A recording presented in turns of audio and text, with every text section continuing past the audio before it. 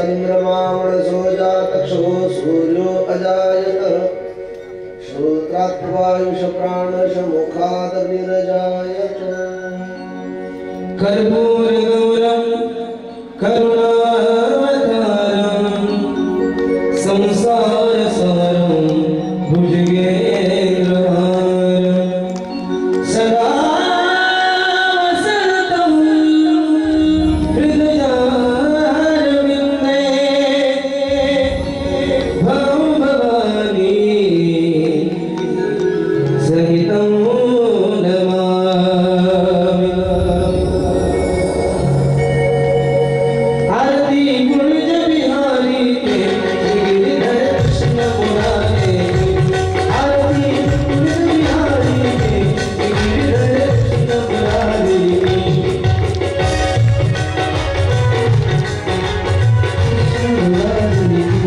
आरती गुंज बिहारी गले में बैजर की माला, गला में फूल फूलवाला, गल में कुंडल धरिवाला, गले में आनंद लाला, गले में श्री राम मोहन परिचय राधिका रमण बिहारी, गिरिधर कृष्ण मुरारी, आरती गुंज बिहारी गले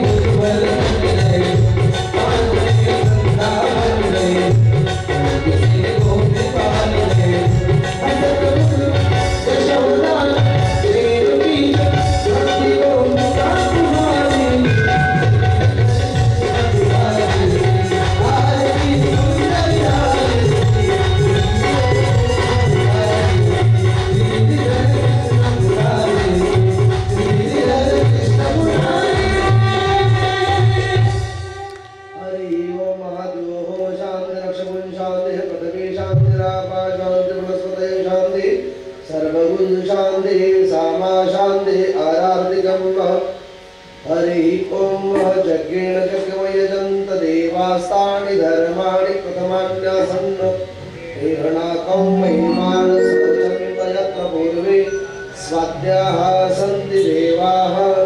हरि ओम एकदन्ताय विद्महे वक्रतुण्डाय धीमहि तन्नो दन्ति प्रचोदयात्। हरि ओम तत्पुरुषाय विद्महे महादेवाय धीमहि तन्नो श्री रुद्र प्रचोदयात्। हरि ओम अंजनिगर्भाय विद्महे वायुपुत्राय धीमहि तन्नो श्री हनुमत प्रचोदयात्। हरि ओम वृषभानुजाय विद्महे कृष्णवल्लभाय धीमहि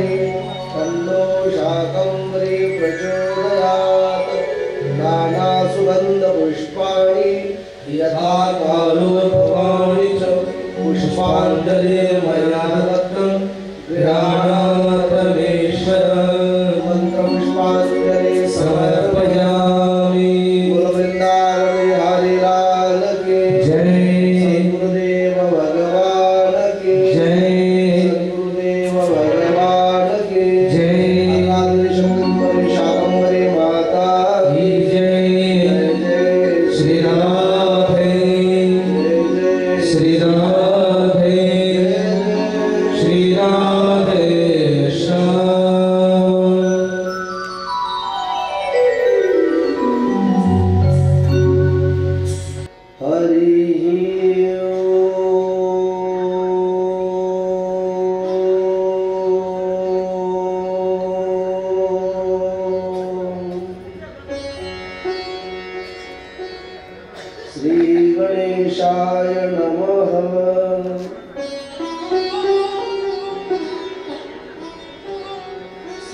सरस्वते नमः।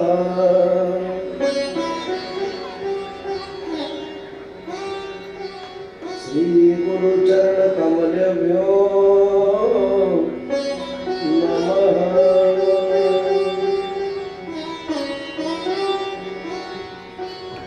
वक्रतुंड महाकाय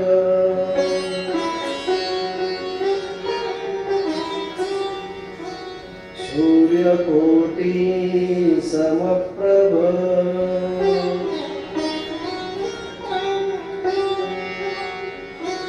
निर्विघ्नं कुरु मे देव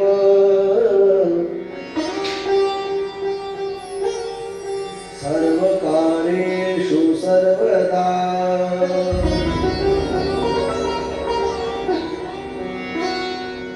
सर्वमंगल्यमांगल्ये शिवे सर्वार्थ साधिके शरण्ये त्र्यंबके गौरी नारायणी नमोस्तुते।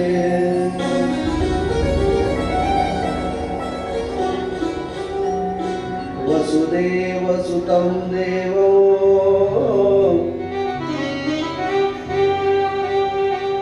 कंसचाणूरमर्दनम्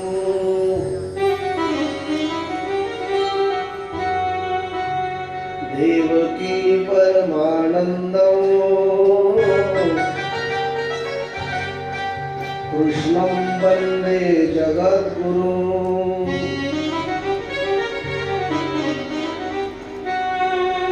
कृष्णत्वदीय पदपङ्कज पञ्जरान्ते अद्यैव मे विशतमानसराजहंसे प्राणप्रयाण समये कपवातपिते कण्ठावरोधनविधौ स्मरणं कुतस्ते।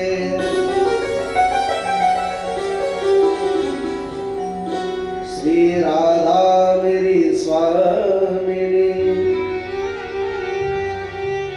मैं राधे तुमको दास जन्म जन्म मोह दीजियो श्री वृंदावन को वास। श्री वृंदावन के वृक्ष को मरवण जाने को जहाँ डाल डाल और पात पात पे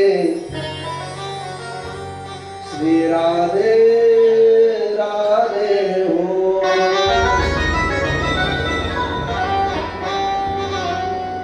जय जय श्री राधा रमण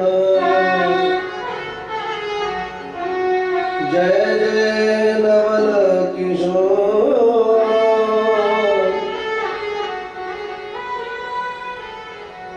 जय गोपी चित्त चोर प्रभु जय जय माखन चोर जय जय माखन चोर।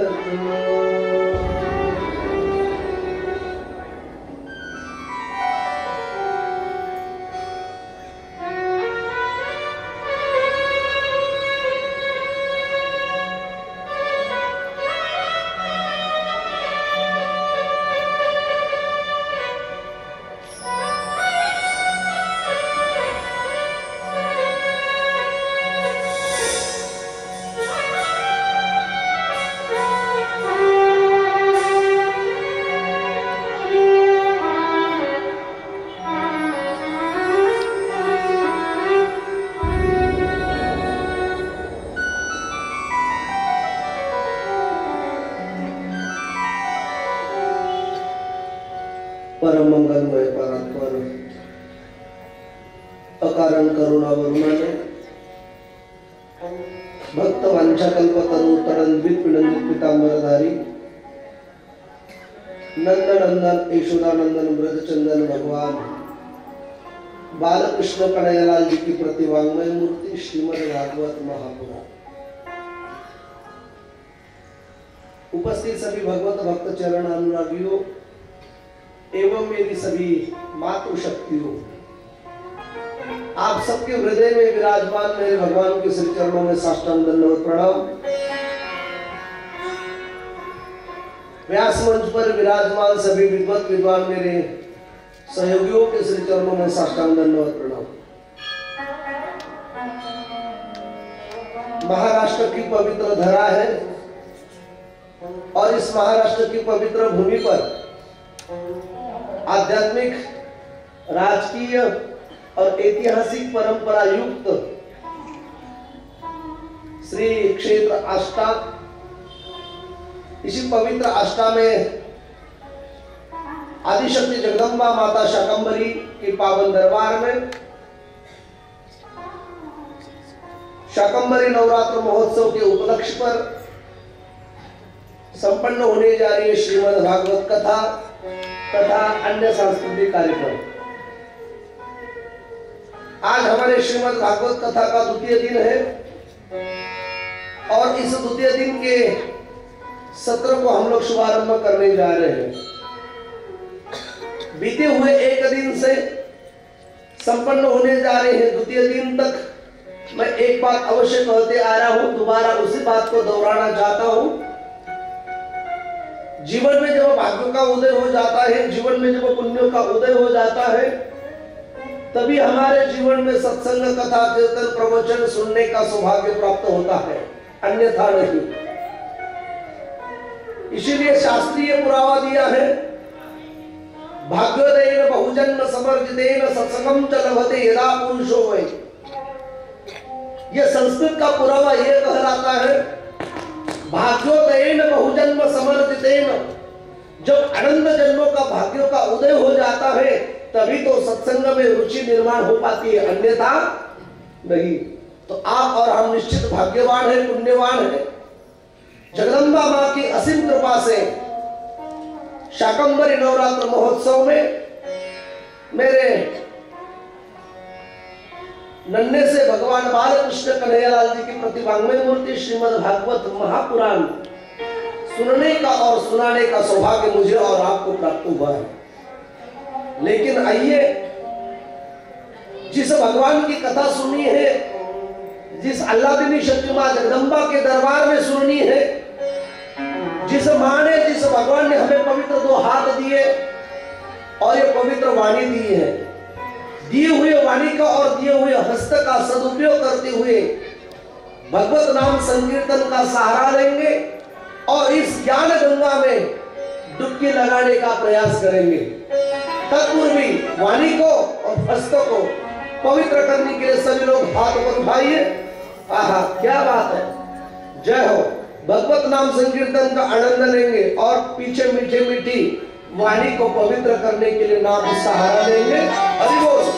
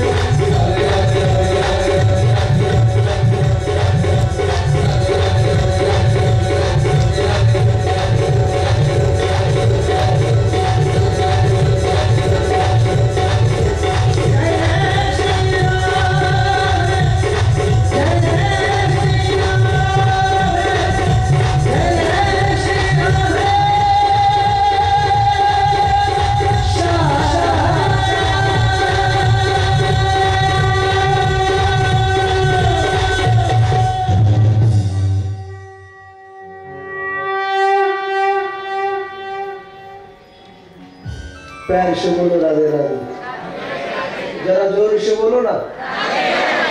कल की बात भूले नहीं ना आप लोग, पक्का याद रखना है। 7 दिन तक बस आपको कुछ नहीं बोलना, केवल क्या बोलना है,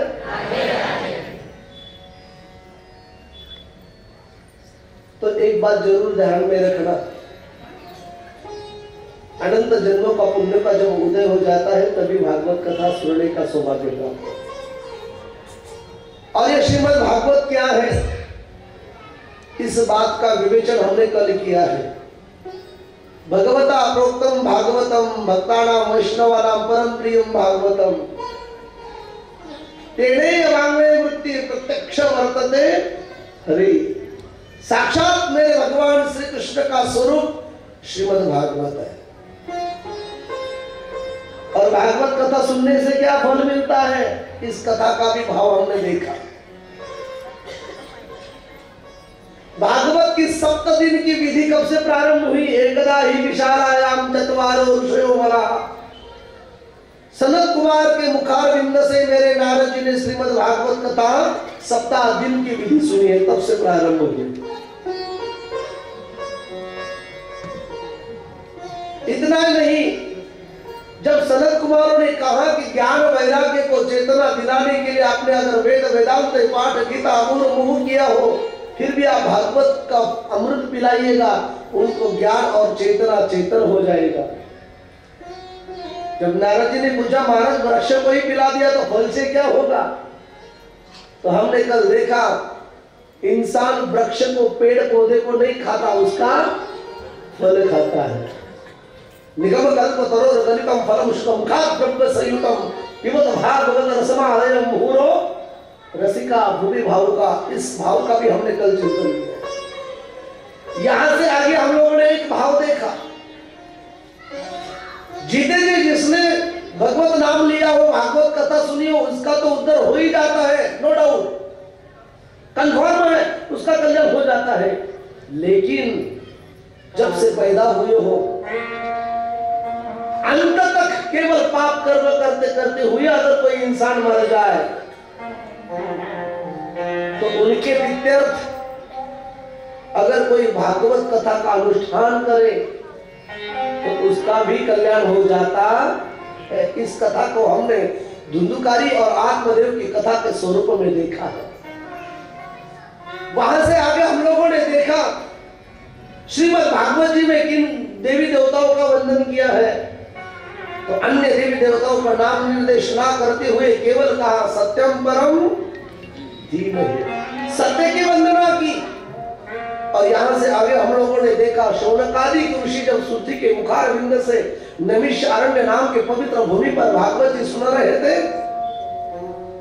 तो उन्होंने पूछा महाराज राजा परीक्षित जी को जो 7 दिन तक मरने का श्राप लगा वो कैसे लगा, कौन थे ये राजा परीक्षित, कौन से वंश में पैदा हुए थे, उनका नाम राजा परीक्षित क्यों रखा गया, परीक्षित जी का नाम परीक्षित क्यों रखा, आप लोगों ने कल सुना है। जो पैदा होते हुए सबके चेहरों का निरीक्षण करता था, परीक्षण करता था, इसलिए उनका नाम परीक्षित रखा गया, ये भी हम लोगों ने कल देखा। और इतना ही नहीं, तो पांडव स्वर्गारोहण के लिए भी गए, उसके उपरांत राजा परीक्षित बन गए। और जब जंगल में गए तो ऋषि के आश्रम में जाकर अपराध किया, बदले में श्राप मिला। और आने के पश्चात जब राजा परीक्षित जी को पता चला हमारी 7 दिन में मृत्यु है, तो दुख ना मानते हुए बड़े हर्ष की बात मान ली और दुनिया वालों को संदेशा दिया, भला किसी का कर ना सके तो क्या भरोसा है इस जिंदगी का, ये साथ नहीं देती हर किसी का। राजा परीक्षित जी को आप लोग और हमें कह रहे हैं मुझे श्राप नहीं मिला, मुझे तो वरदान मिला है, क्योंकि मैं ठाम कह सकता हूं, निश्चित तौर से कह सकता हूं, मैं 7 दिन के अंदर मरने वाला नहीं हूं। अब मरने से बचने से क्या उपाय करें, तो राज वस्त्र को त्याग कर वनखल वस्त्र परिधान किए और मां गंगा के पवित्र तट पर जाकर अनुष्ठान किया, अनुष्ठान किया। जब राजा परीक्षित जी को आत्मभाव देखते हुए, जिज्ञासा वृत्ति देखते हुए विरक्त शिरोमणि विवेक चूड़ामणि आचार्य सुखदेव जी का आगमन हुआ। कल हमने ये झांकी का भी दर्शन किया और राजा परीक्षित जी सुखदेव जी का पूजन करते हुए राजा परीक्षित जी को प्रश्न पूछने लगे। राजा परीक्षित आचार्य सुखदेव जी को पहला प्रश्न पूछा, गुरुदेव जिसकी मृत्यु नजदीक हो उस इंसान ने क्या करना चाहिए? तो सुखदेव जी गदगद हो गए और कहने लगे, राजन प्रश्न बहुत बरियानी, प्रश्न बहुत बढ़िया आप लोगों ने पूछा। और इसका उत्तर देते हुए राजा परीक्षित और हमारे कथा के यजमान विराज जी सिंह ने, इन्होंने भागवत जी का पूजन किया और राजा ने सुखदेव जी का पूजन किया। और कल हम लोगों ने यहाँ कथा विश्राम की। प्यार से बोलो राधे राधे, जरा जोर से बोलो ना। ठीक यहीं तक आए थे ना हम लोग। आप मन में सोचोगे महाराज फिर ये बात आपने रिपीट क्यों कही? ये तो कल हुआ था, मैंने इसलिए रिपीट की, हम लोगों को आदत है सीरियल देखने की। सीरियल, और सीरियल में कल के एपिसोड में क्या हुआ था थोड़ा बहुत दिखाते हैं ना। अगर कोई गलती से कल ने नहीं देखी वो सीरियल तो कल के एपिसोड में ये हुआ था। इसलिए आज कोई नए श्रोते आए हो तो उनको बता रहे कि कल के एपिसोड में ये हुआ था। प्यार से बोलो राधे राधे। अब यहाँ से आगे हम लोग कथा सुनेंगे, लेकिन एक बार जोर से बोलो राधे राधे, और जोर से बोलो। आज कोई समस्या नहीं है, ठीक ठाक है। मराठी प्रॉब्लम हाँ है। एक बार जोर से बोलो राधे राधे, और जोर से बोलो ना। इतने धीमे आवाज पे तुम्हें मराठी कहने वाले नहीं। अगर मराठी सुननी हो तो मुझे सुनाई देना चाहिए। एक बार जोर से बोलो राधे राधे। आप लोग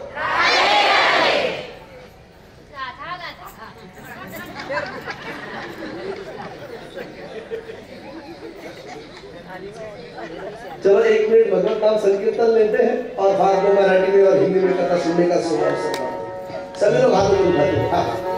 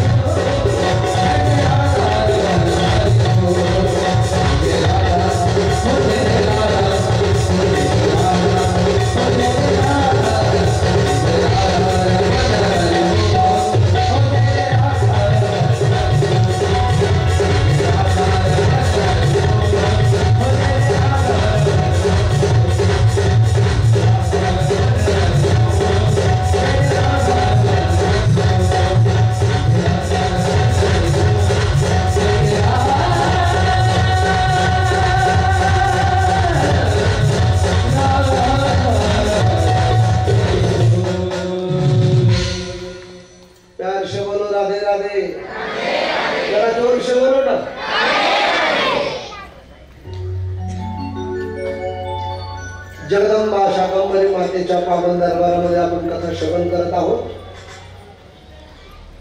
कथेचं भावचिंतन वेचत असताना सर्व कथेचा सार एक डोळ्यासमोर येतो. तो म्हणजे अनंत जन्माचं भाग्य जेव्हा उदयाला येतं तेव्हा कुठेतरी कथा कीर्तन प्रवचन ऐकण्यामध्ये रुची निर्माण होते, अन्यथा नाही. आणि काल कथेचं विवेचन करत असताना आपण जिथपर्यंत आलोय, विश्राम कथेचा करत असताना काल आपण पाहिलं की राजा परीक्षितजीने जेव्हा सुखदेवजींना प्रश्न विचारला, महाराज जिस इंसान की मृत्यु नजदीक हो उस इंसान ने क्या करना चाहिए, ज्याचं मरण जवळ आलं त्यांनी काय केलं पाहिजे. या प्रश्नाचं उत्तर देताना आचार्य सुखदेवजी गदगद झाले. वा राजन, अतिशय सुंदर प्रश्न विचारलास, प्रश्न बहुवर्याने. हा प्रश्न केवळ राजा परीक्षित एकट्यांचा नाहीये, हा प्रश्न जन्माला आलेल्या प्रत्येक प्राणी मात्राचा आहे. जो जन्माला आला त्याला प्रत्येकाचा हाच प्रश्न आहे. फक्त फरक एवढा आहे, आम्ही नको ते प्रश्न विचारतो आणि हवा तो प्रश्न विचारत नाही. पुन्हा एक गोष्ट मी नेहमी सांगेन, लक्षात ठेवा, एखाद्या जगदंबेच्या दर्शनाला जाताना, एखाद्या महापुरुषांकडे जाताना, एखाद्या साधू संतांकडे जाताना फालतूचे प्रश्न विचारू नका त्यांना. आम्हाला सर्वात घाण सवय, आम्ही जाऊन त्यांना विचारतो हमारा मकान दुकान कैसा चलेगा, आमची फॅक्टरी कशी चालेल. अरे जर त्यांना कळलं असतं आपली फॅक्टरी कशी चालेल, त्यांनी नसती का फॅक्टरी टाकली. आपण कधीच त्यांना विचारायचं नाही की आपली फॅक्टरी कशी चालेल. त्यांनी ही दुनियादारी सोडून विरक्त संन्यासी झाले आणि आपण त्यांच्याकडे जाऊन विचारतो आमचं दुकान मकान कसं झाले. पण साधू संतांकडे गेल्यानंतर कधीच त्यांचा क्षण वाया घालू नका. अंडाचा पण आणि साधू संतांचा क्षण कधी वाया घालायचा. योग्य ते प्रश्न विचारा. आम्ही नको ते प्रश्न विचारतोय, परिणाम आम्हाला दुःखच भोगावं लागतं. आणि जो ज्या क्षेत्रातला माणूस PhD झालेला आहे त्याला त्या क्षेत्रातले प्रश्न विचारा, तो माहिती देईल. एखादा राजकीय व्यक्ती आहे, त्याला राजकीय व्यक्तीचे प्रश्न विचारा, तो सांगेल. एखादा कृषी क्षेत्रामध्ये तज्ञ, त्याला शेती संदर्भात विचारा, तो त्याचं उत्तर देईल. पण जो ज्या क्षेत्रात अनभिज्ञ आहे, जाणतच नाहीये, तुम्ही त्याला प्रश्न विचारता, तो काय उत्तर देईल. म्हणून प्रथमतः राजा परीक्षितने जो प्रश्न विचारला तो अतिशय सुंदर आहे. ज्याचं मरण जवळ आलं त्या व्यक्तीने काय केलं. खऱ्या अर्थाने हा प्रश्न केवळ राजा परीक्षितींचाच नाहीये. आता माझ्याकडे लोक बरेच जण कुंडली घेऊन प्रश्न विचारला येतात. मी या व्यासपीठावर एक गोष्ट सांगू शकतो, मी तुमच्या सर्वांपैकी कुणाचंही भविष्य बिनचूक सांगू शकतो. बिनचूक कुणाचं पण, कुणी एक जण हात वर करा आणि सांगा गुरुजी आमचं भविष्य सांगायचं. बिनचूक जर नाही जर बरोबर आलं तर 10 लाख रुपये बक्षीस. कोण आहे तुमचं का राहू दे, मला नाव सांगा तुमचं काय ते.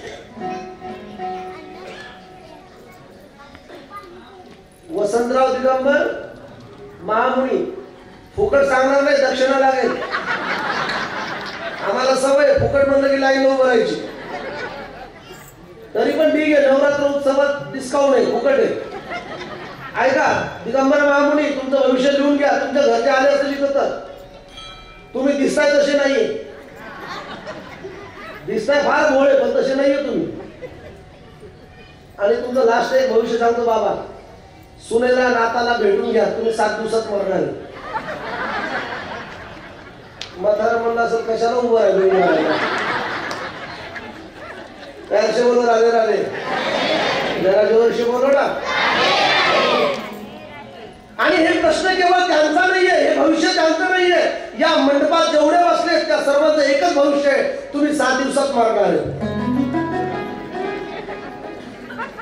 म्हणते नाही आलेले सुखी आहे. उगाच आम्ही कधी हे तुमचंच नाहीये, तर हे सांगणाऱ्याचं पण भविष्य आहे, माझं सुद्धा. मी सुद्धा 7 दिवसाच्या आत मरणार, जास्त मरणार. तुमचं माझं नाहीये दादा. या जगात सृष्टीत जेवढी माणसं जन्माला आली ना तेवढी 7 दिवसात मरणार. तुम्ही म्हणणार मग आश्रयामध्ये का 8व्या दिवशी सुतक पडणार नाही. बघा तुम्ही माझं भविष्य खोटं होतं का? बघा महामुडींच्या घरातले कोणी असतील त्यांनी चेक करा. हे बाबा सोमवारी मरणार, नाही सोमवारी मिळेल तर मंगळवारी मरणार, नाही मंगळवारी मिळेल तर बुधवारी मरणार, आणि नाही बुधवारी मिळेल तर गुरुवारी मरणार, नाही गुरुवारी मिळेल तर शुक्रवारी, नाही शुक्रवारी मिळेल तर झाले का नाही 7 दिवस? किती? एक राहिला का? कोणता वार? रविवारी सुट्टी नसते का? मरणाला सुद्धा सुट्टी. त्याविषयी बोलो राधे राधे. जरा जोर से बोलो ना, और जोर से बोलो. किती वार झाले बाबा? यापेक्षा 8वा वार 9वा वार जन्माला येणार. म्हणजे तुमचा माझा मृत्यू किती दिवसात आहे? 7. हा प्रश्न राजा परीक्षितींचा आहे का तुमचा माझा आहे? बोला बोला. मग आता ही कथा राजा परीक्षितींची का तुमची माझी आहे? बस आपल्याला एवढं कळालं ना तरी आपला शाकंभरी नवरात्र महोत्सव साजरा झाला. बस एवढं जरी कळालं. जो जन्माला आलेला प्राणी आहे हा त्या प्रत्येक प्राण्यांचा प्रश्न आहे, आणि आपण नको ते प्रश्न विचारतो. आणि सर्वात एक गोष्ट म्हणजे जन्माला आलेला जीव एक गोष्ट लक्षात ठेवतो आणि दुसरी गोष्ट विसरतो. त्यामध्ये ही गोष्ट आहे, माणसं जन्माला आले ही गोष्ट लक्षात ठेवतात, पण आपण मरणार आहोत ही गोष्ट मात्र विसरली. बघा तुम्ही अगदी कुणाचाही प्रश्न विचारा. माझ्या शेजारी माझ्या जवळ माझे यजमान आहेत विराज जी. आपकी बर्थडे क्या है? बर्थडे 13/6/1970. आपकी बर्थडे और आपकी डेट? अभी बर्थडे तो उन्होंने जल्दी बता दी कि हमारा ये बर्थडे है, लेकिन डेट नहीं बताई. अब नहीं बताई इसका मतलब नहीं है क्या? है, लेकिन ये भूल गए. ये बात इनकी नहीं है, आप सबकी मेरी है. प्यार से बोलो राधे राधे. आपण आपला बर्थडे लगेच सांगतो की माझा या तारखेला बर्थडे आहे, पण आपली मरण्याची तारीख कोणी सांगेल? आणि एक लक्षात घ्या, जरी कुणाला सांगता आली नाही तरी चालेल, फक्त एवढं विसरू नका की आपली नाही. 100% कन्फर्म आहे. जातस्य ही जन्म मृत्यू श्रीमद भगवत गीता सांगते. आणि कबीरदास जी तो गौर सांगताय, जो आएगा सो जाएगा, राजा हो या रंक. जो प्राणी जन्माला आला ना तो मरणार निश्चित. अगदी जुनी म्हण मला आठवते, ज्याचं 1200 झालं त्याचं 1300 निश्चित आहे. जो काटेवर आला तो काटेवर जाणार 100%. फक्त मी एवढं सांगू शकत नाही की तो कधी जाणार. कुणी जरी ज्योतिषी जगात तज्ञ असेल तर तो एवढं सांगू शकत नाही की तुम्ही कधी जाणार, पण जाणार मात्र जाणार. उड़ जाएगा एक दिन पंछी रहेगा गुजरात, उड़ जाएगा एक दिन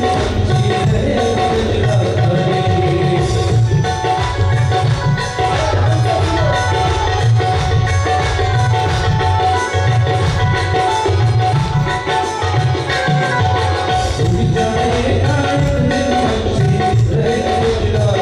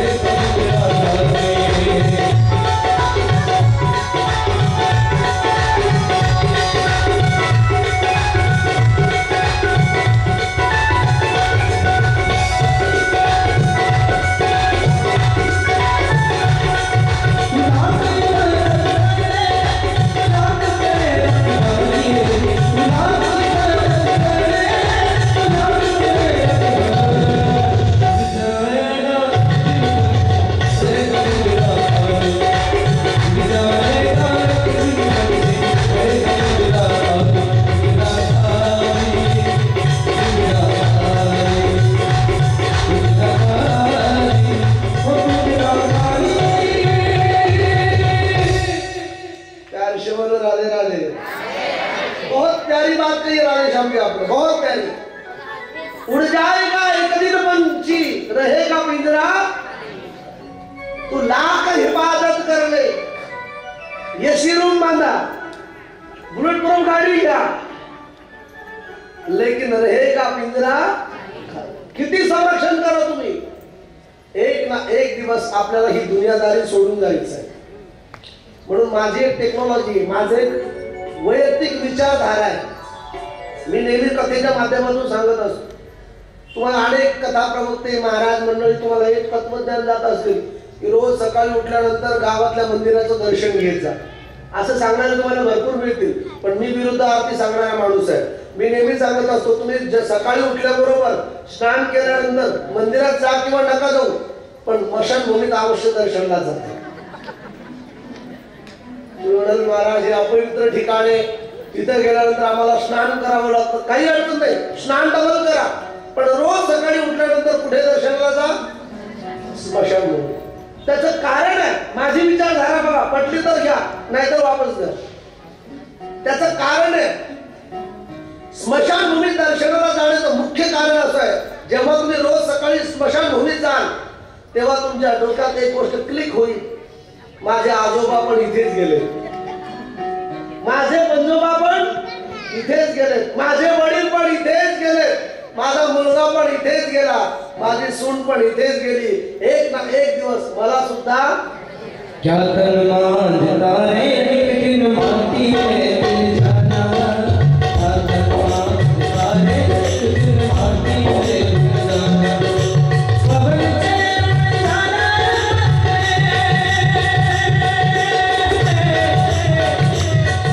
खबर चले उड़ जाना, समय खुद पछताना, समय खुद पछताना, क्या तन मांझता रे लेकिन माटी में दिल जाना।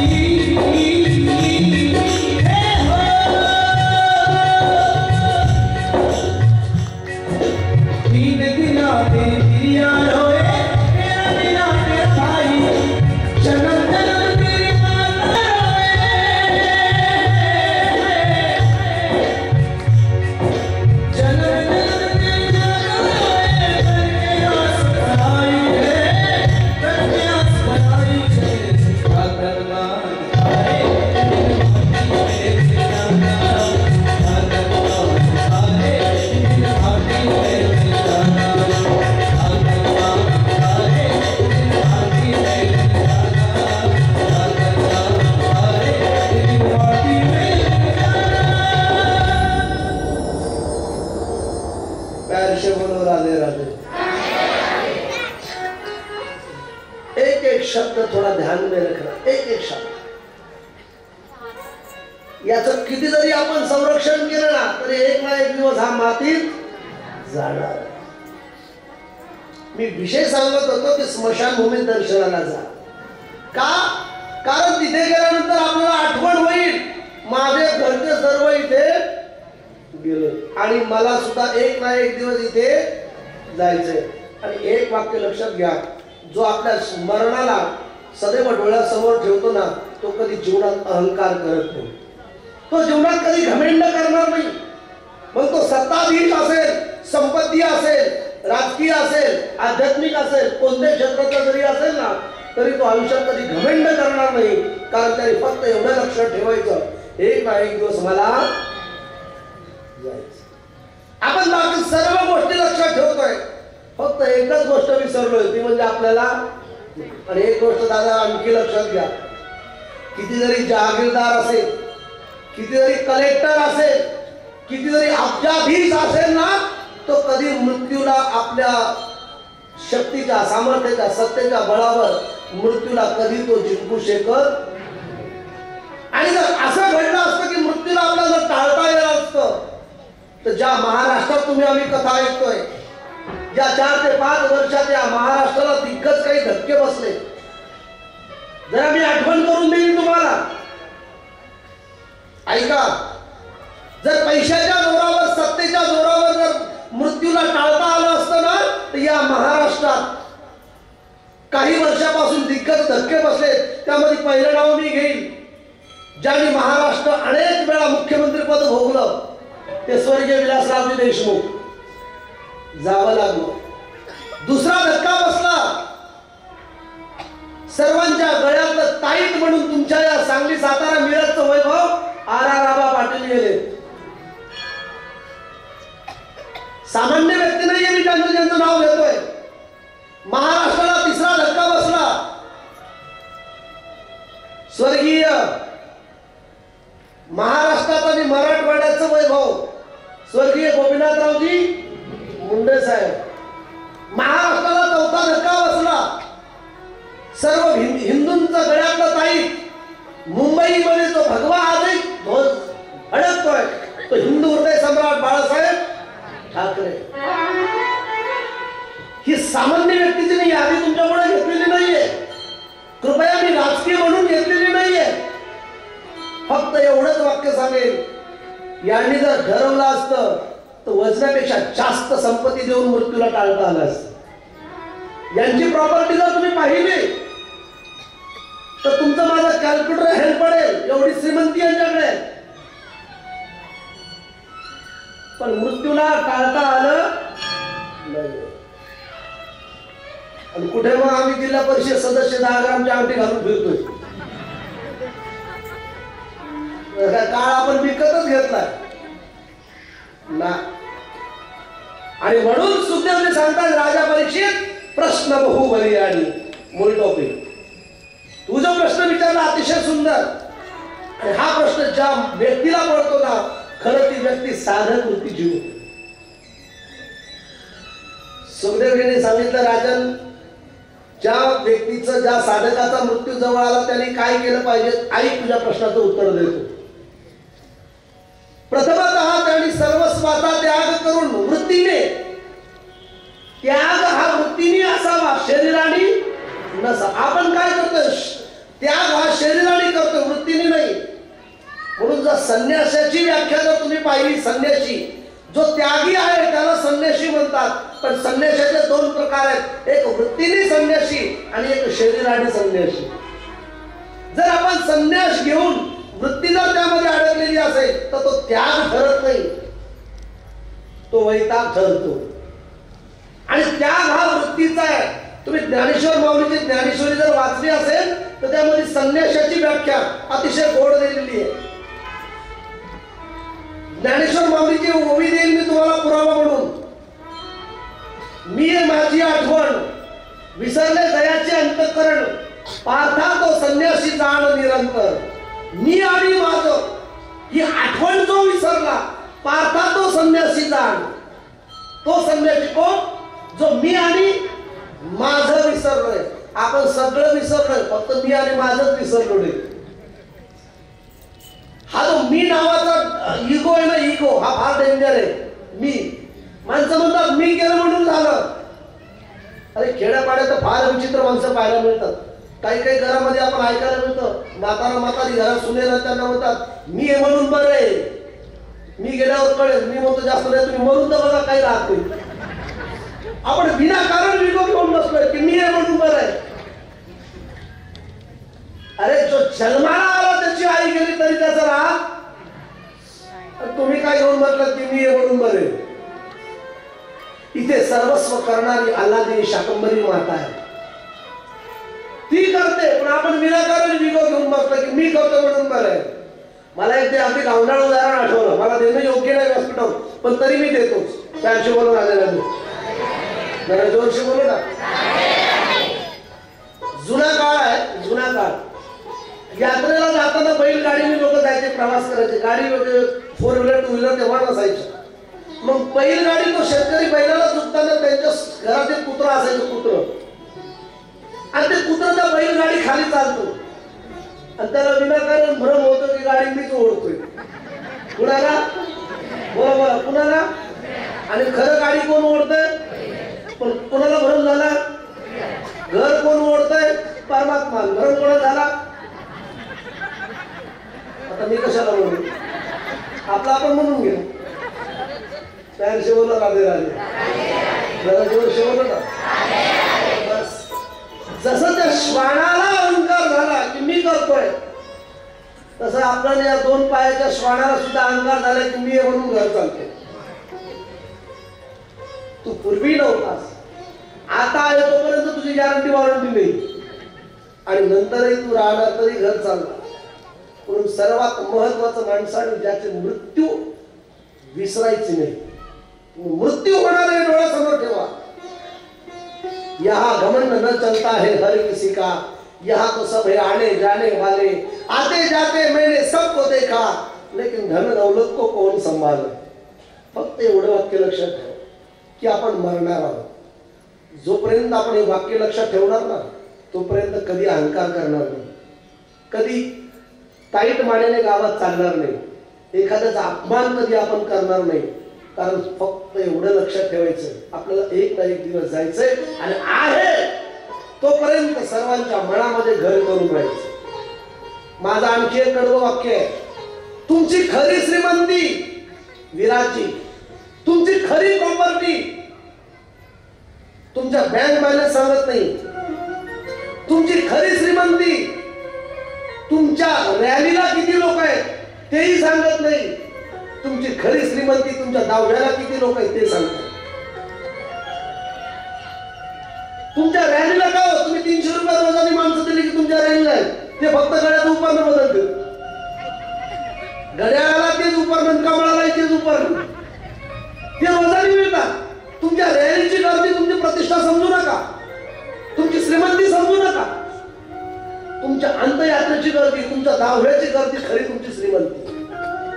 आणि आपल्याला तेच कमवायचं आहे, रॅलीचं नाही, आपल्या अंतयात्रेची गर्दी कमवायची. त्या हिशोबाने राजा आणि राजा परीक्षेला सुद्धा ते सांगतात, राजन ज्याला मृत्यूतून सुटका करायची, ज्याला मृत्यूचं भय आहे, त्याला एकच काम करायचं, ज्या जीवानी साधून आली. काय करायचं गुरुदेव? बस सर्वस्वाचा वृत्तीने त्याग करायचा. मला विषय ठेव, वृत्तीने त्याग. सर्वस्वाचा वृत्तीने त्याग करून सर्वस्व भगवंताला समर्पण करायचं. देवाला समर्पण करायला दुसरं काही लागत नाही दादा. देवाला मनभर देण्यापेक्षा देवाला मन द्या.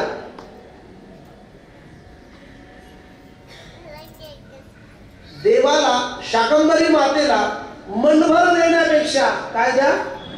मन द्या. आपण उलट करतोय, मनभर देतोय पण मन देत नाही. शाकंभरी मातेला, शाकंभरी मातेला, जगदंबा मातेला, माझ्या कन्हैयाला मनभरापेक्षा मन पाहिजे. म्हणून माझ्या ईश्वराला 2च गोष्टी प्रिय आहेत, एक सुमन आणि दुसरं नमन. सु म्हणजे चांगलं मन, आणि दोन हाताने नमन, त्या दोनच गोष्टी प्रिय आहेत. आपण उलट आहे, आपण नको ते देवाला देतो आणि मनच देत नाही. प्रथमतः आचार्य सुखदेवजी नारद राजा परीक्षितीला सांगतायत, राजन सर्वस्वाचा वृत्तीने त्याग करून मन भगवंताला समर्पण करा, नक्कीच तुम्ही या कालचक्रातून सुटल्याशिवाय राहणार नाही. देवाला मन द्या हा शब्द ऐकल्यानंतर राजा परीक्षितीने पहिला प्रश्न विचारला, महाराज आम्ही कोणत्या देवाला मन द्यायचं, कोणत्या देवाची भक्ती करायची? आम्ही तर एवढे कन्फ्युज आहोत, एवढे भ्रमिष्ट झालो की आम्हाला कळत नाही की देव कोणता आहे. आणि त्यातल्या त्यात आम्ही महाराष्ट्रीयन वासियांनी देवाचं मार्केट केलं, बाजार केला, बाजार देवाचं बाजार केला. आम्ही देवाला सुद्धा बोलता बोलता सहज बोलून जातो. आम्ही शास्त्र अध्ययन केलं नाहीये, आम्ही फक्त कानोवाणी ऐकून लोकांना सांगतोय. हिंदू धर्मात किती देवी देवता आहेत? बोला बोला, तुम्ही बोलत राहा, मी एकच नाही बोललो, तुम्ही पण बोलत राहा. 33 कोटी म्हणजे माणसापेक्षा देवाची संख्या जास्त. आम्हाला अर्थ कळत नाही, आम्ही थोडं अध्ययन करत नाही, बस ऐकलं 33 कोटी म्हणजे कोटी. एखादा कथाकार किंवा महाराज जरी सांगत असेल 33 कोटी देवी देवता, पण त्यांना विचारा महाराज कोटी म्हणजे काय? तर कोटी शब्दाचा अर्थ करोड होत नाही. कोटी शब्दाचा अर्थ करोड नाही, तर 33 कोटी शब्दाचा अर्थ 33 कोटी म्हणजे प्रकार. कोटी म्हणजे प्रकार, 33 प्रकारचे देवी देवता आहेत. मग आता ऐका, त्यामध्ये अष्टकोटी भैरव आहे, त्यामध्ये काळ भैरवनाथाचा प्रवेश आहे. हे 8 प्रकारचे भैरव आहेत. अलादिनी शक्ती ही भगवंताची 33 प्रकारची अवतार आहे. कोटी म्हणजे प्रकार. आणि मग राजा परीक्षितीने विचारलं, महाराज आम्ही कोणत्या देवी देवताचं भजन करायचं? आम्ही तर एवढे भक्तीमध्ये तल्लीन झालोय की आम्हाला देवाचं आम्ही मार्केट केलंय. एखाद्या शॉपिंग मॉलला जसं जातो ना, एका लाईनला कपड्याचंच मार्केट आहे, एका लाईनला सुवर्णाचंच मार्केट आहे, तसे आम्ही देवाचं सुद्धा मार्केट केलंय. प्रत्येक वारी आम्ही देव बदलणार. बघा तुम्ही या अष्टकल्या लोकांची मुलाखत बघा, आमची भक्ती किती वेळी आहे. बोल सर आहे, मला सांगा सोमवार आला की आपण कुठे जातो? हा आहे काय ते शंकराचं मंदिर? काय नाव आहे? अष्टलिंग. अच्छा 8 ज्योतिर्लिंग आहेत. वा वा, गुड. म्हणजे सोमवार आला की आम्ही महादेवाच्या मंदिरात जातो अष्टलिंग मध्ये. तिथे जाऊन काय करतोय? लोटाभर पाणी घ्यायचं, बेलपत्र घ्यायचं आणि भोले बाबाच्या पिंडीवर पाणी व्हायचं. आणि जर आपल्याला मंत्र आले तर आपण महिंदाचा पाठ करतो. हरि ओम महिंद पारंते परम विदुषो यज्ञ सदृशी स्तुतीर ब्रह्मादी नाम वितत संनास्त्वय गिरः अथा वाच्य सर्व समति परिणामावधि गृणम् ममापेश स्तोत्रे हर निर्पवाद परिकरा अतीत पंथाणं तव च महिमा वाङ्मनसयो. आपण मंत्र आले तर महिम्नाचा पाठ करतो आणि नाही मंत्र आले तर साध काय म्हणतो आपण? भोले बाबाच्या मंदिरात जाऊन काय म्हणतो आपण? ओम नमः शिवाय, ओम नमः शिवाय, ओम नमः शिवाय, ओम नमः शिवाय,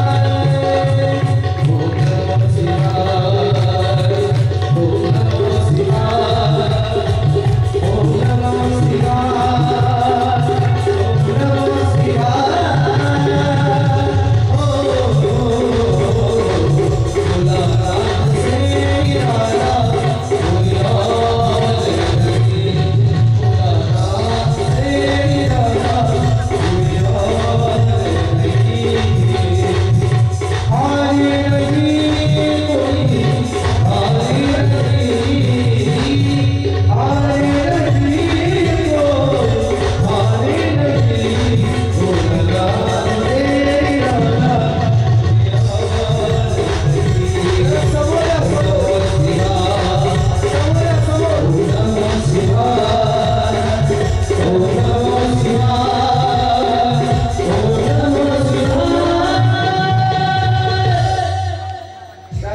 राधे राधे.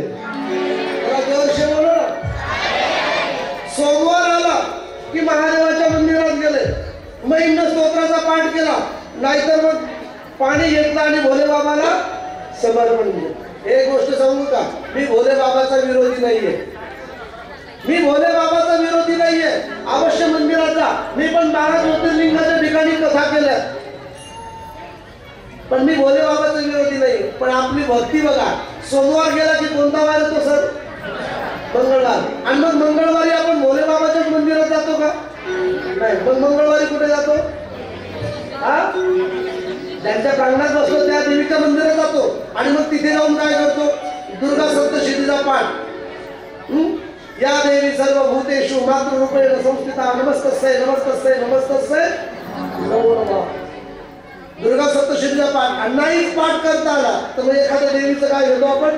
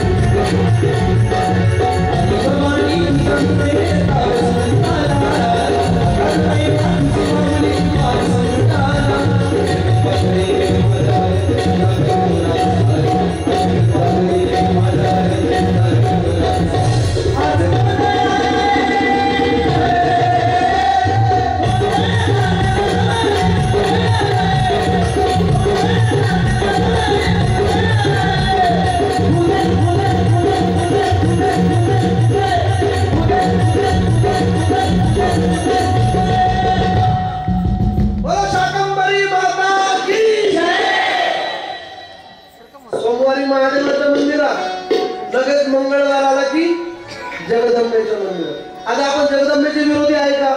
नाही। आपण शाकंभरी नवरात्रात कथा करतोय, रोज मंदिरात येतोय, पण माझा विरोध नाही तुम्ही मंदिरात जाऊ नका देवीच्या, अवश्य जा, कारण ती आपली कुलदेवी आहे, आपल्या गावचं वैभव आहे, तिच्या कृपा छत्राखाली आपण सर्व सुरक्षित आहोत। नाहीतर सांगली सातारा या पावसाळ्यामध्ये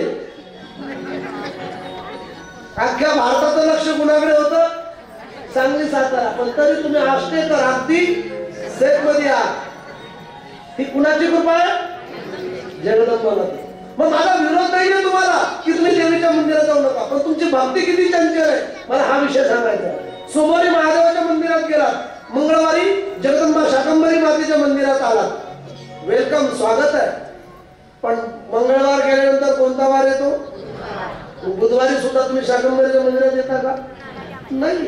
चेंज, वार बदलला की देव बदलला, मग बुधवारी कुठे जाते तुम्ही? विठ्ठल पांडुरंगा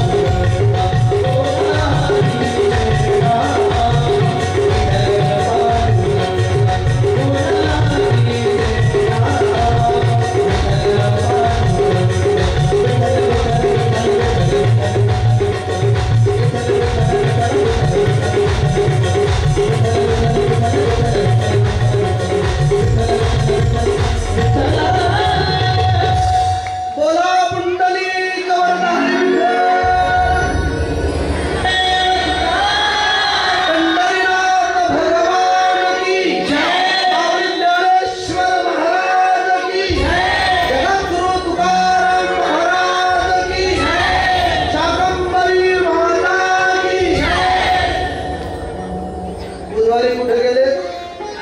आषाढी वारीला पंढरपूरला. आणि तिथे जाऊन काय म्हटलं? महायोग पीठे तटे भीमरथ्यां वरमुंडलिकाय धातुलिंगहि समागत तिष्ठन् तमानंद कंदम प्रब्रह्मलिंगम भजे पांडुरंग.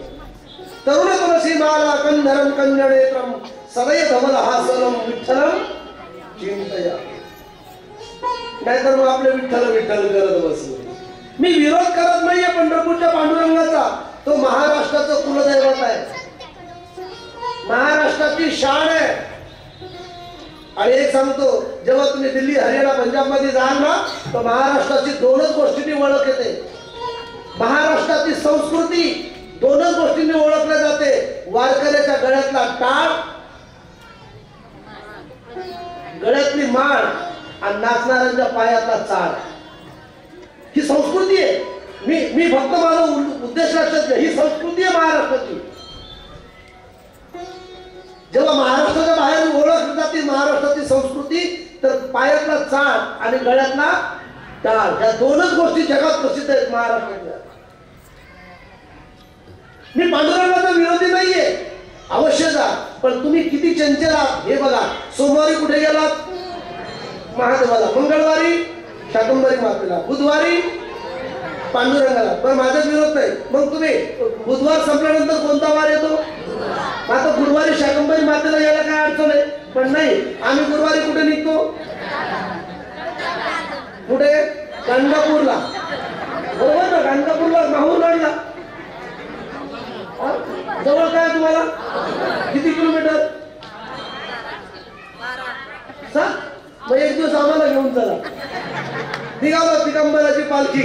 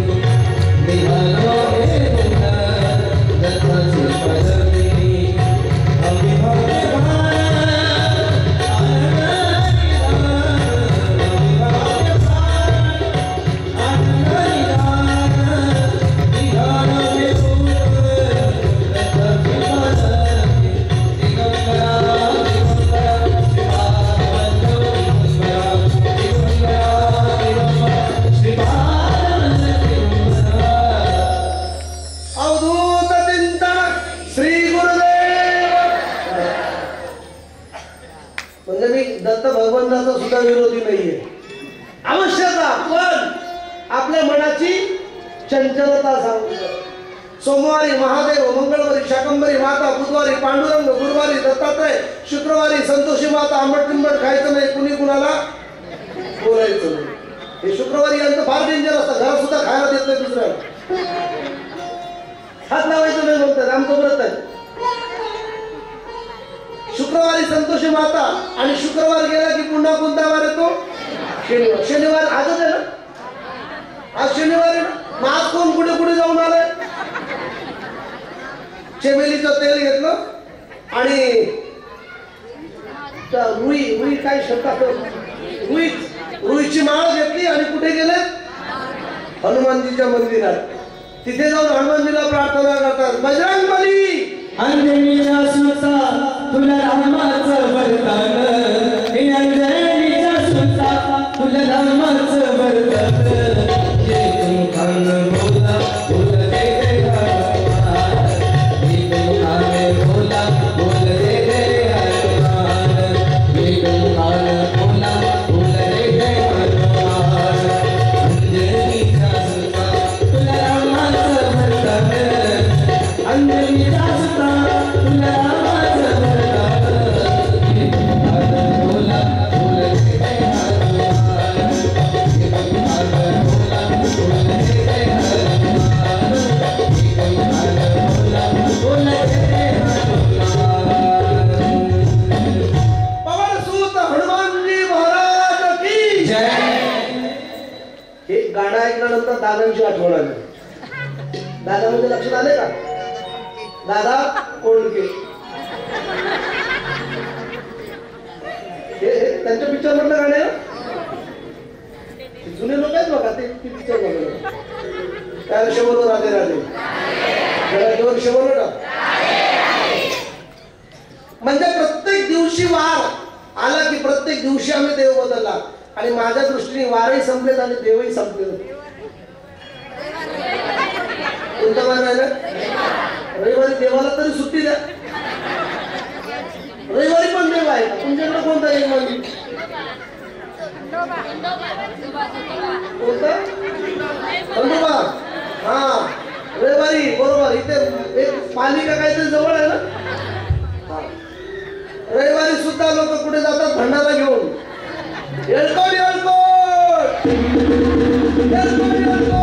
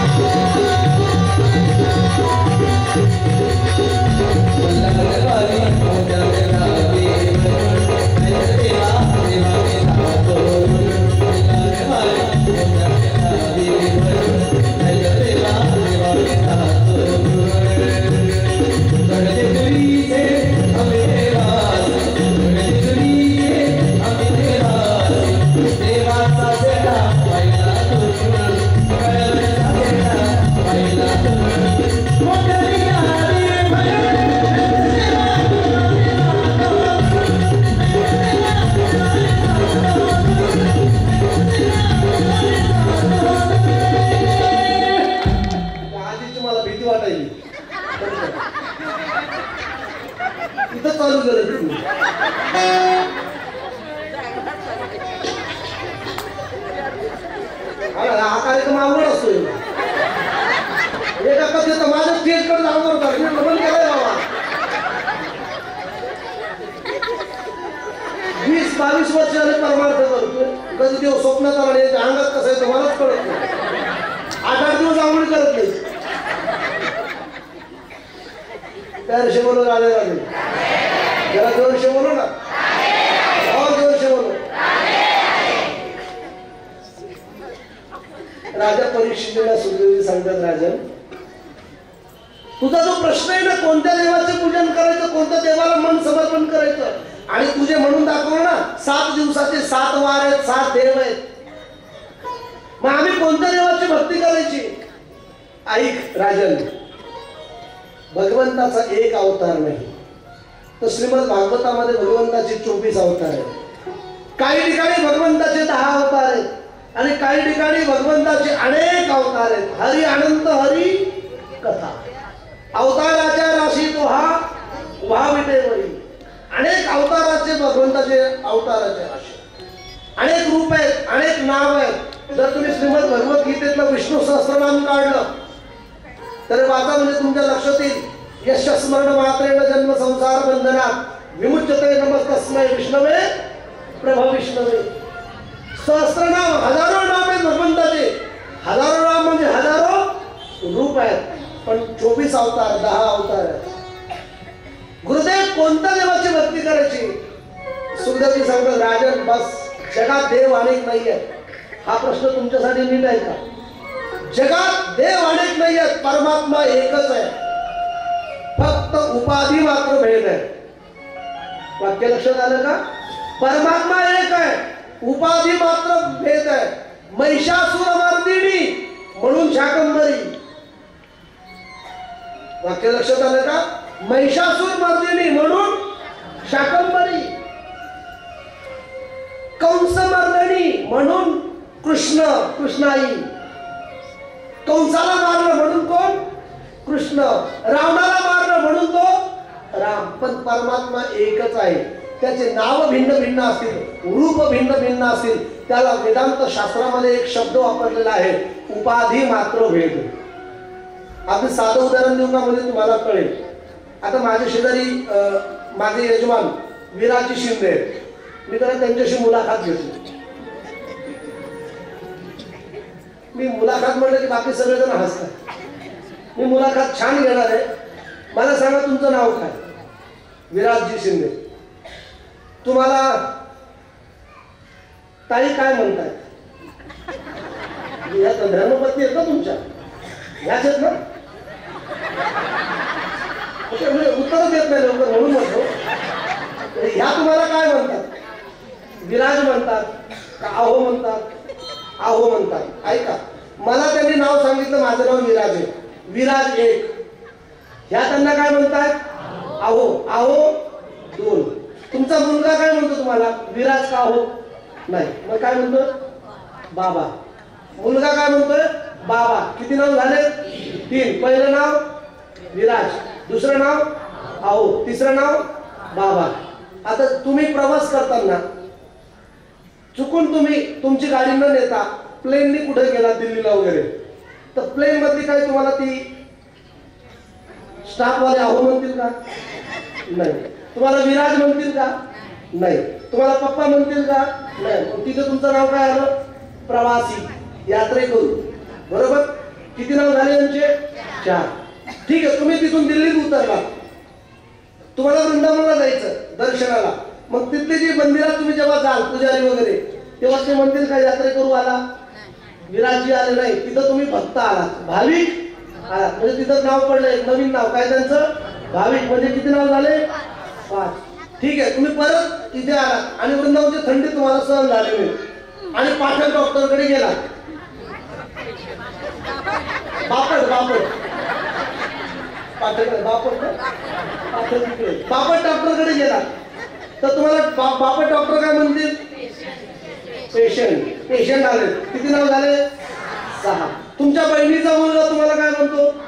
मामा. किती नाव झाले? तुमच्या भावाचा मुलगा काय म्हणतोय? हे असं जर गणित करत राहिलो 8 दिवस असेच जातील, तरी गणित संपणार. मग मला सांगा, आहो 1, विराजी 2, पेशंट 3, भाविक 4, पप्पा 5, अंकल 6, मामा 7, असे अनेक नावं घेतले तरी व्यक्ती किती आहेत? व्यक्ती प्रकार आहेत का? नाही. बस हेच तत्वज्ञान लक्षात घ्या. देवाचे नाव जरी अनेक अलग असले तरी उपाधी मात्र भेद आहे, पण परमात्मा मात्र. कंसाला मारलं म्हणून कृष्ण, मर्दापूरला मारलं म्हणून शाकंभरी, रावणाला मारलं म्हणून राम. हे उपाधी आहे, पण मूळ मात्र एक आहे. तसं जगदीश्वर जगन्नाथ परमात्मा मूळ तत्वाने एकच आहे, फक्त उपाधी मात्र भेद आहे. आणि उपाधी मात्र भेद असल्यामुळे त्याचे अनेक रूप आणि अनेक नाव. राजा परीक्षितीला सुद्धा सांगतात, राजन, ज्या परमात्म्याने हे विश्व निर्माण केलं त्या परमात्म्याला शरण का? आणि मग परीक्षितीने प्रश्न विचारला, गुरुदेव, या ब्रह्मांडाची निर्मिती परमात्म्याने कशी केली? आम्हाला हे वर्णन ऐकायचंय. म्हणून ब्रह्मांडातल्या परमात्म्याने सृष्टीचं वर्णन कसं केलं? सृष्टी वर्णन करत असताना राजा परीक्षेला सुखदेवजी सांगतात, राजन ऐक, सर्वांगाचे कान कर आणि सृष्टी वर्णन ऐक. हा भागवतातला रसभरीत कथा आहे, अतिशय महत्वाच्या कथा आहे. हा थोडा कंटाळवाणा विषय वाटेल तुम्हाला, ज्ञान प्रबोधिनी आहे नाही, थोडा कंटाळवाणा विषय वाटेल, पण ऐकणं फार गरजेचं आहे. हे विश्व सुरुवातीला भगवंतांनी निर्माण कसं केलं, जेणे हे सृष्टी निर्मिली, महर्षी देवा संस्थापिले, परमात्म्याने हे जग निर्माण कसं केलं याची सविस्तर कथा राजा परीक्षेला सुखदेवजी सांगतात. राजन ऐक, या जगात पहिले कोठेच नव्हते काही. ऐकताना सर्व, पहिले कोठेच नव्हते काही, फक्त पाणीच पाणी होतं, जलमय सृष्टी होती, जलमय.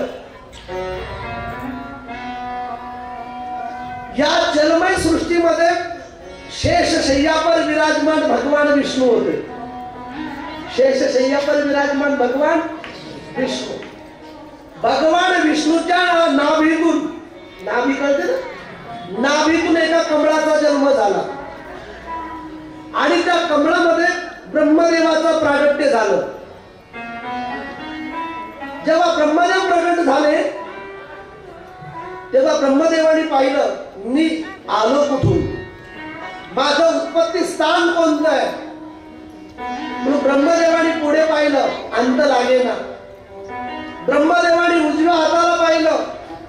लागेना.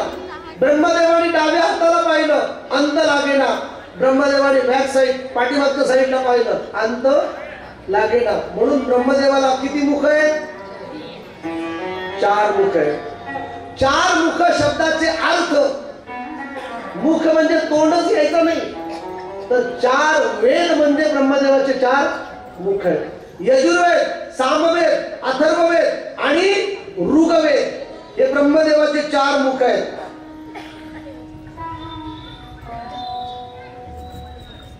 या 4ही वेदांनी भगवंताचा प्रागट्य शोधण्याचा प्रयत्न केला, तरी भगवंताचा त्यांना तीळ मात्रही शोध लागला. म्हणून ब्रह्मदेवाला किती मुख सांगितले आपण? 4 मुख म्हणजे 4 वेद आहेत. शेवटी ब्रह्मदेवाने विचार केला, मी ज्या कमळातनं जन्माला आलो त्या कमळाच्या देठाने मी शोध घ्यायचा प्रयत्न केला. शेवटी शोध लागेना. आकाशवाणी झाली आणि आकाशवाणीने 12 खडीतले 2 वर्ण उच्चारले. अरे ब्रह्मा, तू त आणि प हे 2 शब्द ऐकले की तू काय कर? तप कर. जेव्हा ब्रह्मदेवाने तपश्चर्या केली आणि मग ब्रह्मदेवाला कळालं की माझा उत्पत्ती कोण आहे? परमात्मा भगवान विष्णू नारायण. भगवंताला ब्रह्मदेव शरण गेले, बोला बाबा आज्ञा. भगवंताने सांगितलं, अरे ब्रह्मा, तुला आज्ञा करतो की तू सृष्टी निर्माण कर. म्हणून विधाता कोण आहे? ब्रह्मदेव. विधाताला आज्ञा केली की तू सृष्टी निर्माण कर. ब्रह्मदेव म्हणला ठीक बाबा. आणि ब्रह्मदेवानी मानस पुत्र तयार केले, नारद, सनत कुमार. ब्रह्मदेवानी सनत कुमार आणि नारदाला सांगितलं, तुम्ही सृष्टी निर्माण करायला मला मदत करा. तेवढ्यात सनत कुमार आणि नारद म्हणले, बाबा आय एम सो सॉरी, आम्ही या दुनियादारीत पडणार नाही. आम्ही विरक्त क्षेत्रम जगात कथा मात्रैक जीवन, आम्ही विरक्त संन्यासी होणार. ब्रह्मदेव नाराज झाले. जगाचा पहिला बाप कोण? ब्रह्मदेव. सृष्टी निर्माण करणारा ब्रह्मदेव. आणि जगाच्या पहिल्या बापाने पहिल्या पोराला काम सांगितलं, विराटजी माझं काम करा. तर जगाच्या पहिल्या बापाचं पहिल्या पोराने काम ऐकलं नाही. आपले पोरं नाही ऐकले तर नाराज होऊ नका, परंपरा चालत आलेली. मना केलं. शेवटी भगवंताने पुन्हा ब्रह्मदेवाला सांगितलं की तुम्ही सृष्टी निर्माण करा. तेव्हा भगवंताने ब्रह्मदेवाने सांगितलं, माझे मानस पुत्र कामाचे नाहीत. मग मी सृष्टी निर्माण केली तर ठेवू कुठे? ठेवू कुठे म्हणजे पृथ्वी नाहीये. म्हणजे पृथ्वी कुठे आहे? म्हणजे दैत्याने ही पृथ्वी रसातळाला नेली. कोणत्या दैत्याने? म्हणजे हिरण्याक्ष नावाच्या दैत्याने पृथ्वी. भगवान म्हणले चिंता मत करो. आणि माझ्या भगवान परमात्म्याने हिरण्याक्ष नावाच्या दैत्यासोबत युद्ध केलं आणि वराह रूप धारण करून हिरण्याक्ष नावाच्या दैत्याला मारलं आणि पृथ्वीची मध्यभागी स्थापना केली. बोल वराह भगवान की. वराह म्हणजे डुक्कर.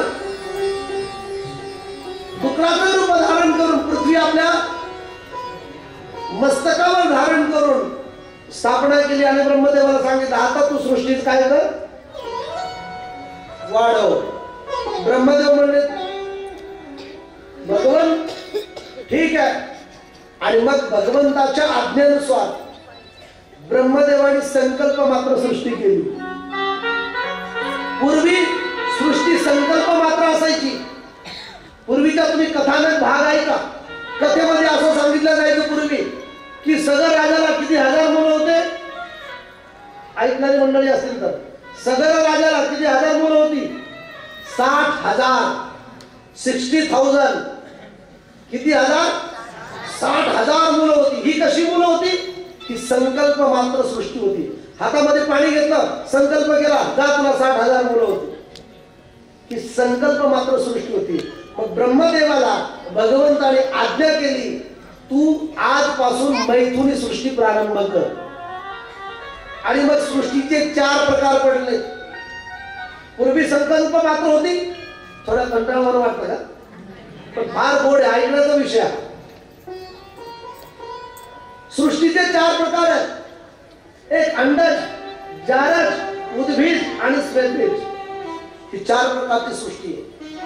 काही प्राणी जगात अंड्यापासून जन्माला आले, काही प्राणी जमिनीतून जन्माला आली जीव, काही पाण्यापासून जन्माला आली आणि काही जार असतो, जार करतो ना, जारापासून जन्माला आली. ही 4 प्रकारची सृष्टी आहे. आता या 4 प्रकारच्या सृष्टीमध्ये अनेक जीव जन्माला आले. त्यापैकी अंडज नावाच्या सृष्टीतले प्राणी बघूया आपण. अंड्यापासून कोणते प्राणी जन्माला आले?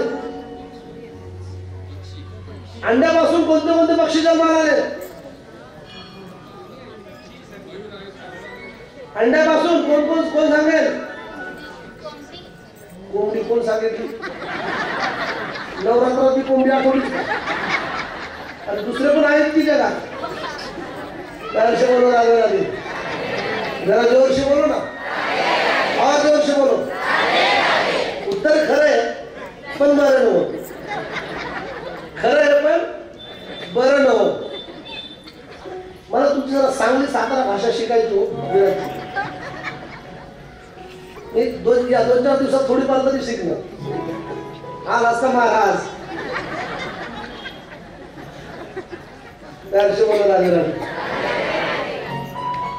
अंड्यापासून साप जन्माला आला. मोर, मुर्गी हे कसे प्राणी आहेत? अंडज. जारापासून कोण जन्माला आलं? तुमचा माझा जन्म कशापासून आहे? जारज. गाय, म्हैस, शेळी कशी जन्माला आली? जारज. काही जमिनीतनं जन्माला आले. बघा, पहिला पाऊस पडला की जमिनीतनं धान्य जन्माला येतात, वृक्ष जन्माला येतात. ती बेंडकं ड्रा करणारी ती कुठून जन्माला येतात? जमिनीतनं. हे 3 प्रकार झाले. आता पाण्यापासून, घामापासून सुद्धा काही प्राणी जन्माला येतात. ते कोणते? पाण्यापासून जन्माला येणारे. बोला, घामापासून जन्माला येणारे कोणते प्राणी आहेत? लवकर जा उत्तर.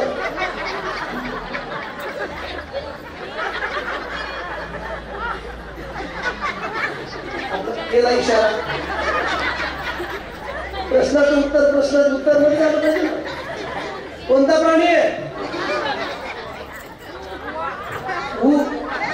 तुमच्याकडे आहे का? माझ्या डोक्यात नाही. मी तुमचं उत्तर दिले फक्त. माझ्याकडे वाईट नजरेने बघू नका. माझ्या डोक्यात आहे. हा प्राणी कसा जन्माला आला? अंड्यापासून? नाही. तुम्ही 8 दिवस आंघोळ करू नका, डोकं धुवू नका. बघा तुमच्या घराचे सदस्य वाढतात गेले. ताप आले की बघा तुम्हाला सदस्य वाढतात. ही प्राणी कसे आहेत? ही भगवंताची सृष्टी आहे. प्यारशी बोलून राधे. आणि भगवंताने हे नियोजन केलं आणि ब्रह्मदेवाने एका बाहूतून मनु महाराजाला जन्म दिला आणि एका बाहूतून शत्रुपाला जन्म दिला. एका बाहूतून मनु महाराज जन्म प्रागट्य केलं आणि एका बाहूतून शत्रुपाला जन्माला घातलं. मनु आणि शत्रुपाचा विवाह केला आणि मनु आणि शत्रुपाचा विवाह केल्यानंतर त्या दोघांना विधिवत संसारिक जीवनाला प्रारंभ करायला सांगितला आणि तिथून पुढे मैथुनी सृष्टी प्रारंभ. म्हणून तुम्ही आम्ही कोणत्या सृष्टीतले आहोत? मैथुनी सृष्टीतले आपण जन्माला आलो. तुमच्यात आणि माझ्यात आपल्या आई वडिलांचे गुण घटक असतात. म्हणून तुम्ही आम्ही जन्माला. कथेत त्याला केवळ अध्यात्मच घ्यायचं नाही, तर माझी भागवत कथा तुम्हाला विज्ञान शिकवते. माझी भागवत कथा तुम्हाला अध्यात्म शिकवते.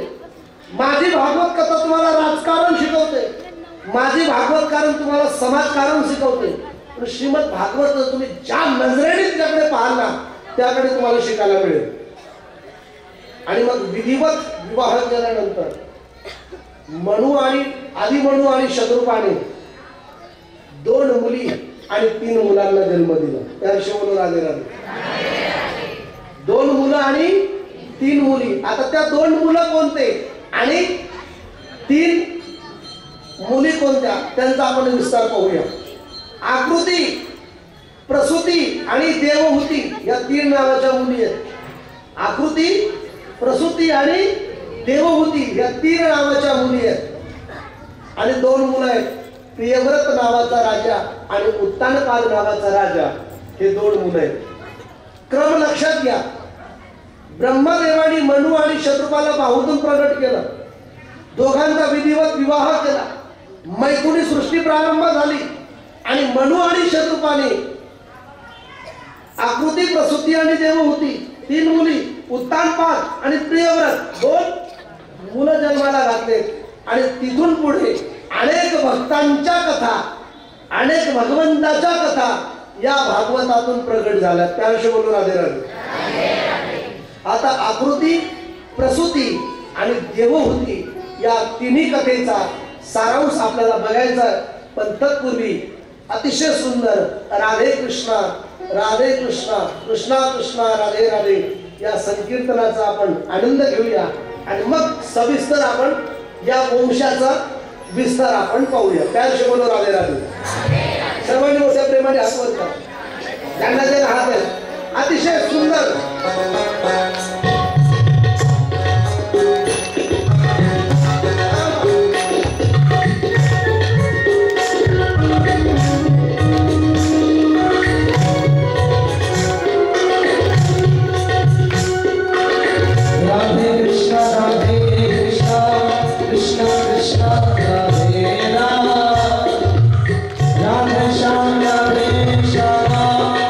श्याम श्याम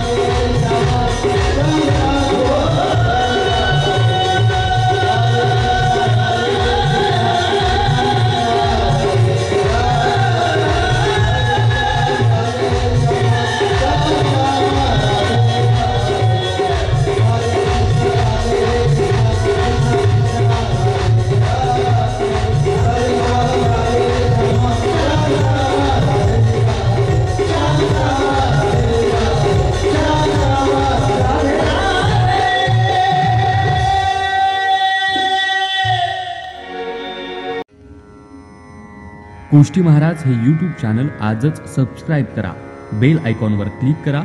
शुद्ध सांप्रदायिक चाली, कीर्तनं, प्रवचनं, कथा, पारायणं असे वारकरी संप्रदायाशी संबंधित व्हिडिओ पहा. आपणही पहा आणि इतरांनाही आग्रहपूर्वक सांगा.